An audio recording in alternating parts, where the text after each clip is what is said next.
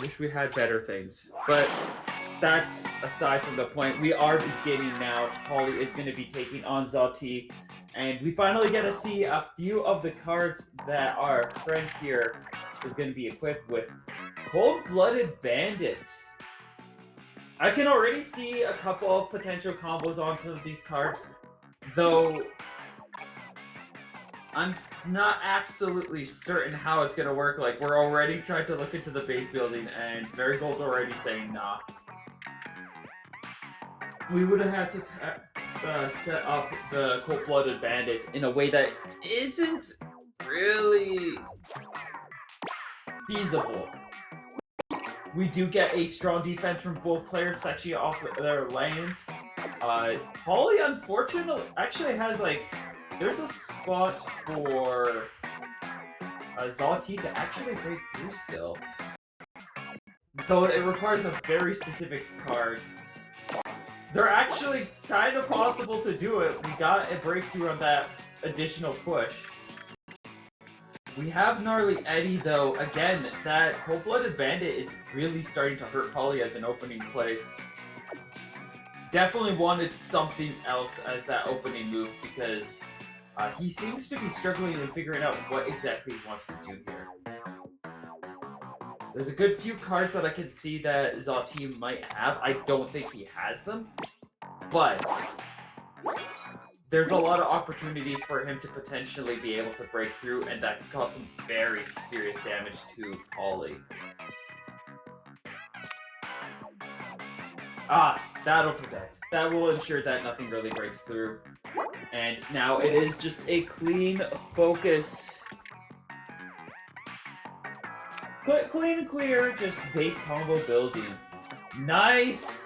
Toxic Mist, I see with the Gnarly Eddie that will combo with the 3, so that's exactly what I'm talking about. We don't know all the cards, so I can't be like, oh, maybe this is the card, and I can look at the deck list to try to figure things out. I'm just missing information.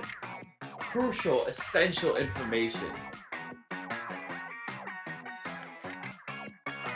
Looking at the score right now, Polly is in the lead 69 nice to 52. With even a special lead. A lot of that attributes to the Tentatek being dropped really early in by zawhte, and not necessarily claiming too much of that mid area where Polly ended up getting far more reach. Because while it was a defensive play with the Marigold, it was a more aggressive defensive play than what zawhte did on their turn 2, which was just a clean block off that, thinking about, I'm pretty sure it would have still lost to a Splat Charger. Which is something you always have to think about. Here comes the other Tentatek from Polly. That's going to be a very small point game. Versus only 5 points from the Viper, and it looks like Polly's definitely got this one under control. 16-point lead. Gonna choose to drop the Harmony now, potentially, or start thinking about where to position her. Or some kind of other special card. zawhte, he's got a decent special spot, but I don't know what he's really thinking of doing in this situation. It's a pretty tough place to play and really push to get anything, because there's a lot of the defense, and all the pieces that zawhte really would love to claim are so far back. We are going to go for a very early splatter color screen. We'll have to see if that gets overwritten, because that is perfectly positioned and is not really doing enough impact that, like, Polly's next play, we're gonna have one more play after this pass, either of these bigger cards, but, like, all of them are gonna have to go from that point way back that we just all played with. So this final play from Polly isn't gonna be super impactful, which zawhte really, really needs considering this huge point deficit. Does see the perfect spot, does claim it. I don't think that's going to be enough. Looking at the score before, I think Polly did just barely have the lead, and that is correct. Polly is going to win with a 6-point win. Very good game, very good play from both players. And Polly set up with a lead.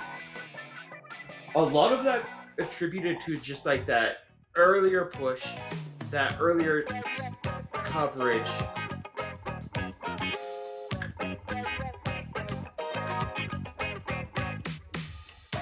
Just, yeah, overall, like, had a notably better base building combo than zawhte, who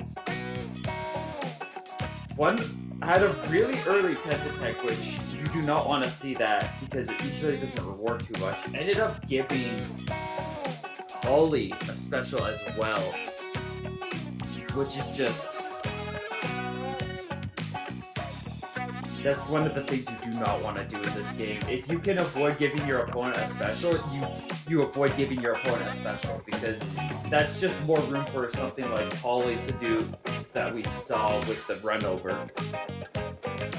That said, Polly going for the splatter color and then the Hype Manta Storm, in a different environment, in a different story, I can 100% see that actually costing Polly, because we saw the splatter color get perfectly overwritten, and then Polly Manta Storm didn't really do too much. Like, it was enough to win, but there's a lot of situations where that wouldn't have been enough. Heading into our next match, we've got Pedal to the Metal.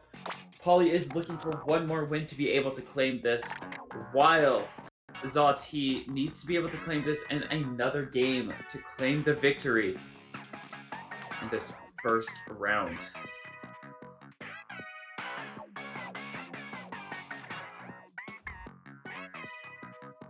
And now we get a good view of the deck. Okay, we got Joe, we got Fry. I can see some combos.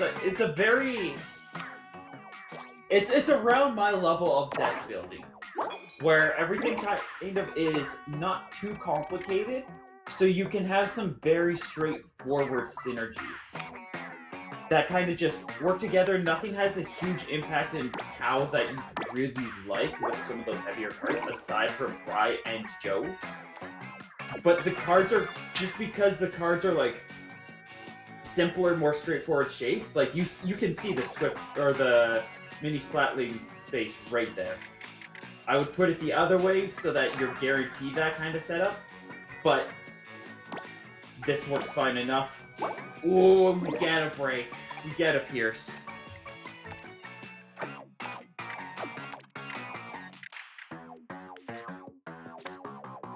It's like we're going to go for the Dreadringer here.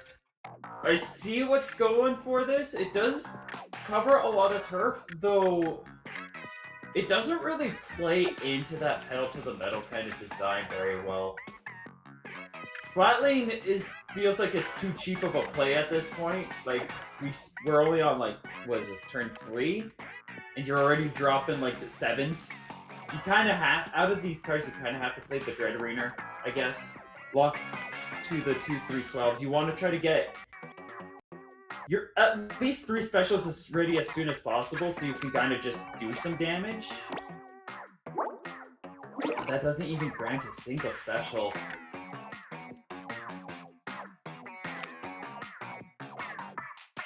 I am not liking Polly's position here. We do get a 7 play with this. Causes a little bit more aggression. Could potentially lead to some disruption, but... Ooh! I don't know what zawhte is cooking with that little Judd, but that perfectly blocked off Polly's front. And this gold dynamo is not helping the situation because of that Dreadringer. This does guarantee 2 special, but Polly needs a 3rd to be able to make some kind of big push.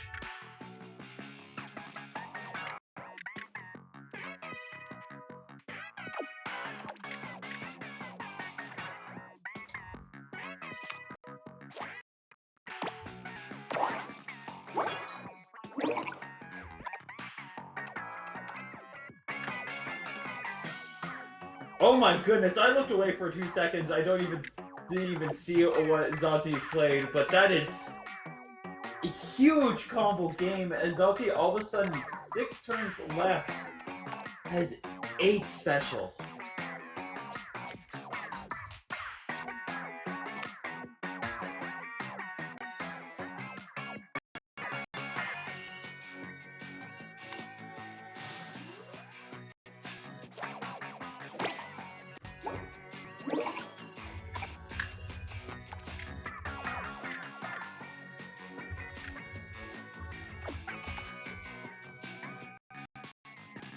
Looking at the suction bomb, that will grant another special, but yeah, no, this is 5 turns left. This is another weak card.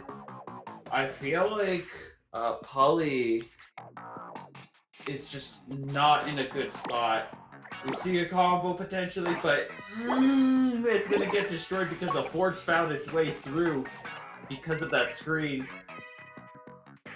Polly at least has a perfect screen to utilize, but like, as it currently stands, he's only got that 24-point gain left, where, as I can see, zawhte has lots of room to be able to play a couple of cards, including a nice Octo Stamp right there. And 7 special still to just deal some incredible damage. Yeah, reasonable call here. Polly is going to choose to resign. Just could not get any of his combos going, any of his base building. And zawhte just trampled that situation.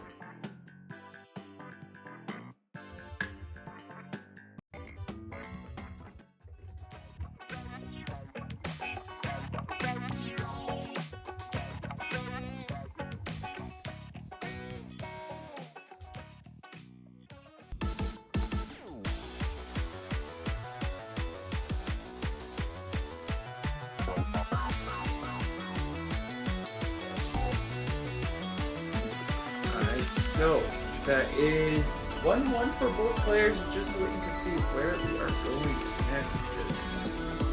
Yeah, that first game was so much better for Polly, but then the second game was just a very, very, very different story, where zawhte got the base building combos.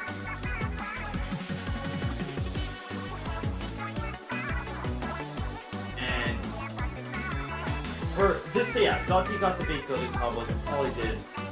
But this, and the previous time was the inverse. Polly got the good base building combos, got that better aggression. Definitely saw that, like, zawhte made a good pick on that stage, just knowing far more what he was wanting to go for. Take the stage that he has a confident deck in, and he was able to secure a good win. Polly probably has a lot to learn because, yeah, that Dreadringer just did not do service. It blocked out the Dynamo. It got 10 points, but what's 10 points in a game where you have to pass 2 or 3 turns?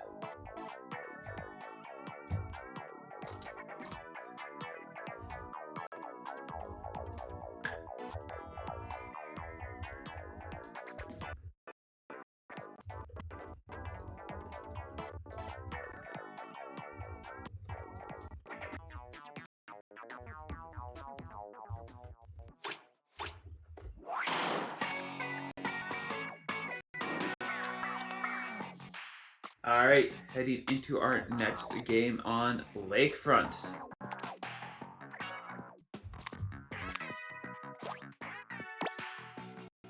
Both players quickly going for the same side, which means we've got some clean defense. Out comes the Octavio. That's going to lead to some good defense too. Like, the stage might be incredibly sectioned off right from the get-go. I can already tell that neither are playing Gnarly Eddies because these opening plays are not complementary to Eddie or a lot of things. Decapitator is a good card for reaching, but it's not good for defense. I could definitely see Polly. Yeah, we're going to try to push. You want to try to push in a situation like this. Sees a good spot for the Steel Eel, but that... Oh! Is there actually a way to reach in? Because, yeah, zawhte is probably going to quickly chop something down. Oh! Ends up getting overwritten, and this is... Why are we not going for the steel eel?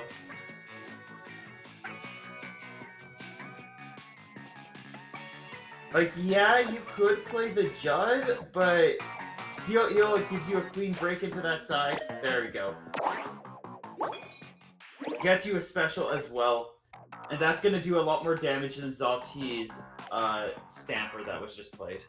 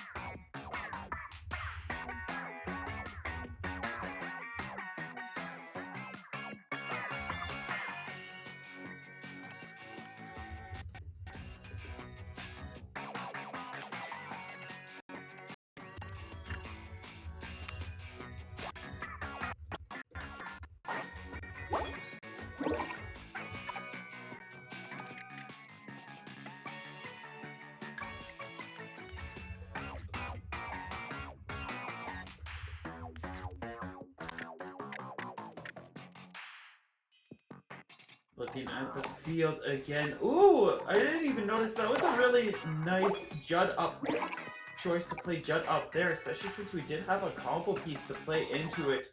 Got 2 special in the enemy base. Granted, that does mean that there's just a lot of open, delicious turf for Zawhte to claim.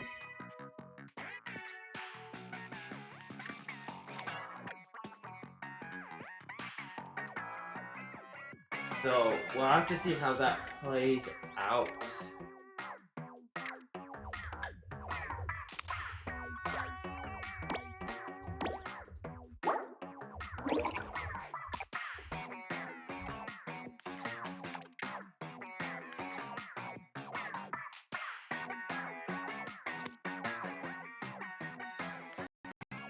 Small fry.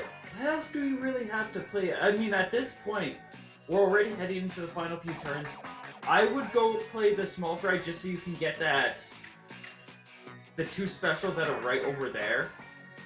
And a little bit near home base for Polly.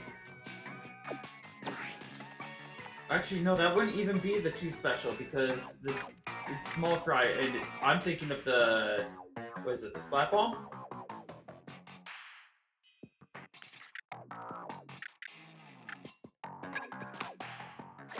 That one grants a special, but again, that's only 1 special. Actually, no, the other spot would have been better, because then you special to start taking some turf. And all you need to do is just fill in that 1 spot. So now, for Polly to be able to get that special block, he would need to play something in his base, or in his area, which is generally detrimental.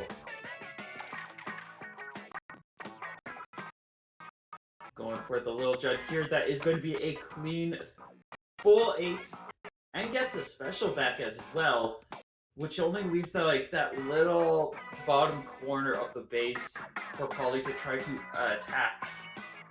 Granted, if we're doing the Splat Charger, that Decavitator spot would actually be really, really solid.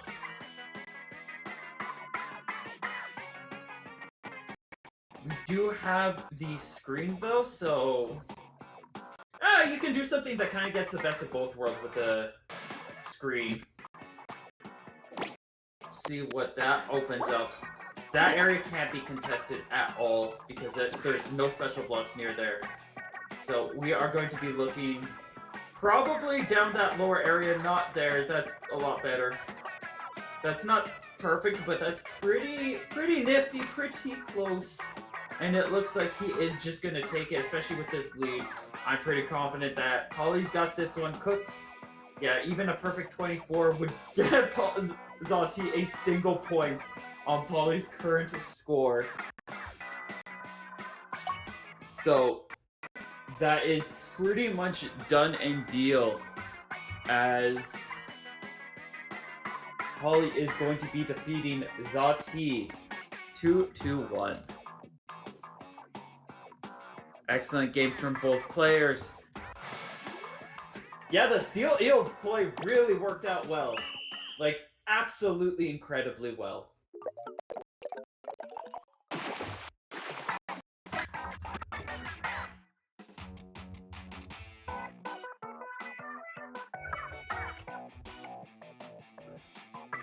With a total score of 100-79, jeez! That's a nice 21 lead.